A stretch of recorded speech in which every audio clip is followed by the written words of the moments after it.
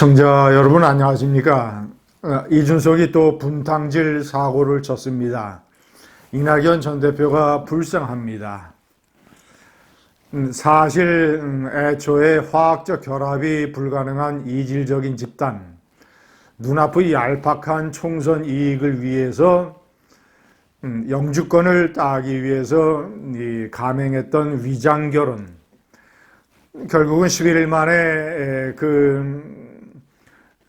감춰졌던 본질이 터져 나와서 더군다나 이 인성이 없는 이준석 이런 도저히 건널 수 없는 이런 이런 요소가 터져 나오면서 깨지고 말았습니다. 이제 영주권은 날아가고 두 세력은 이제 단기 체류로 총선을 치러야 됩니다. 그 결과는 많은 사람들이 예상한 것보다 참담할 것입니다. 시청자 여러분, 원래 이 합쳐져서는 안 되는 이준석은 자기가 뭐라고 얘기하든 간에 어쨌거나 자유우파 정당의 대표를 지낸 사람이고 그가 뛰쳐서 나온 이 개혁신당이라고 하는 것은 그래도 범우파 전당 이런 정체성을 갖게 마련입니다. 그러나 나머지 세 개 세력은 민주당에서 갈라져 나온 일종의 민주당 이중대 꼬마 민주당 그런 세력입니다. 국민의힘의 정강정책과 민주당의 정강정책은 하늘과 땅만큼이나 많은 차이가 있습니다. 물론 이준석의 뇌의 상당 부분이 민주당과 겹치지만 어쨌거나 양측 세력이 봤을 때 도저히 합쳐질 수 없는 이런 일적인 집단이 그저 선거 보조금과 그리고 이제 이 총선에서의 득표 이런 영주권을 위해서 위장결혼했다가 이준석이의 이 싸가지가 폭발하는 바람에 결국은 깨지고 말았습니다. 이준석은 자기가 국민의힘을 뛰쳐나오면서 늘상 이렇게 주장을 했습니다. 윤석열 대통령의 사당화가 되고 있다. 당내 민주주의가 실종되고 있다. 이런 식의 얘기를 했습니다. 윤핵관이 정권을 휘두르고 있다. 그런데 이 며느리가 못된 시어머니를 따라가는 것처럼 본인이 주장한 못된 시어머니입니다. 자기가 얘기했던 그런 주장을 그대로 본인이 답습을 하고 있습니다. 시청자 여러분, 엄연히 개혁신당은 이 두 사람의 공동대표와 그리고 4명의 최고위원의 이 일종의 이 합의체 지도부입니다. 자, 그런데 선거에서의 이 3대 요소 중에서 캠페인, 정책, 그리고 공천. 자, 이 중에서 이 캠페인과 정책 결정권 전권을 자기가 차지해버린 이런 식의 몰아붙이기 결정을 표결을 해버렸습니다. 공천도 만약에 김종인 전 이 위원장 같은 사람을 공천심사위원장으로 임명을 하면 이준석 측의 이익대로 그런 식으로 굴러갈 것이 자명한 일이었습니다. 도대체 어떤 자기가 속한 조직에 있어서 더군다나 이 합당이라고 하는 이 총선을 앞둔 중차대한 시점에서 어렵게 만든 이런 새로운 조직에서 통합하고 화합하고 양보할 줄 모르고 그저 자기가 욕했던 그런 모습을 그대로 따라가는 분탕질을 치고 말았습니다.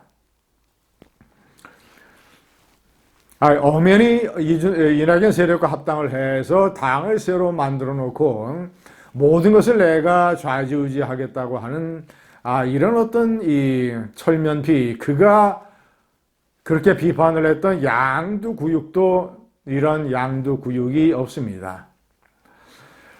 이준석이가 이렇게 한 데는 본인이 자유우파 정당에서 뛰쳐나온 일종의 분파 세력인데 좌파 민주당 세력의 일종의 흡수되는 형태로 이 합당을 해버린 것에 대한 많은 비판, 많은 당원들이 탈당을 하고 그리고 쏟아지는 비판을 견딜 수가 없어서 아차 뜨거워라 싶어서 어떤 기획적으로 이런 식의 내분을 폭발시킨 것 아닌가 이런 의심이 강하게 듭니다. 아주 정치를 젊은 나이에 잘못 배웠습니다. 아주 얄팍한 꼼수, 통합, 양보, 이런 미덕, 인성 이런 것은 하나도 겸비하지 못하고 이런 것과는 거리가 멀고 그저 얄팍한 꼼수로 이따위 분탕질을 저질러서 이낙연 전 대표는 참으로 불쌍한 존재가 되어버렸습니다. 자, 이제 영주권을 포기하고 양당은 이제 개별 약진을 하게 되면 양당에서 지역구 당선자를 낼 가능성은 제가 봤을 때는 전무합니다. 자, 그러면 이제 각 당이 해서 정당 득표율 3% 이상을 얻어야 비례대표 의석을 얻게 되는데 까딱하다가는 두 세력 중에서 한 세력 정도는 정당 득표율 3%도 얻지 못하게 돼서 비례대표를 한 명도 내지 못할 가능성이 커졌습니다.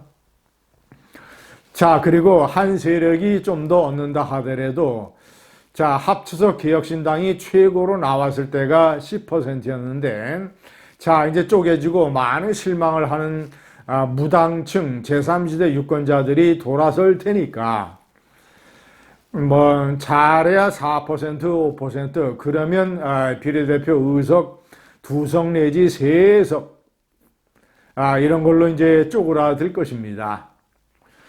그리고 무슨 뭐 양양자, 이준석, 이낙연, 김종민, 조응천, 이원욱 이런 의원들 지역구에서 당선자를 거의 한 명도 내지 못할 것입니다.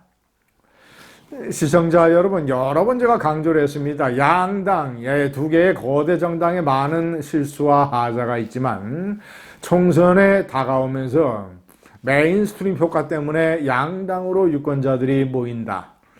무당층이 한때 40% 가까이 존재하다가 지금의 여론조사에서는 25%로 쪼그라들었습니다. 자, 그러면 녹색 정의당이 있죠. 자, 그리고 이제 양당의 위성정당 비례대표 이런 정당이 있죠. 그리고 조국신당이 또 얼마나 가지고 갈지 모르죠. 자, 그렇다면 이준석과 이낙연의 신당은 그 경쟁률이 높은 비례대표 싸움판에서 가져갈 수 있는 것이 매우 적을 것입니다.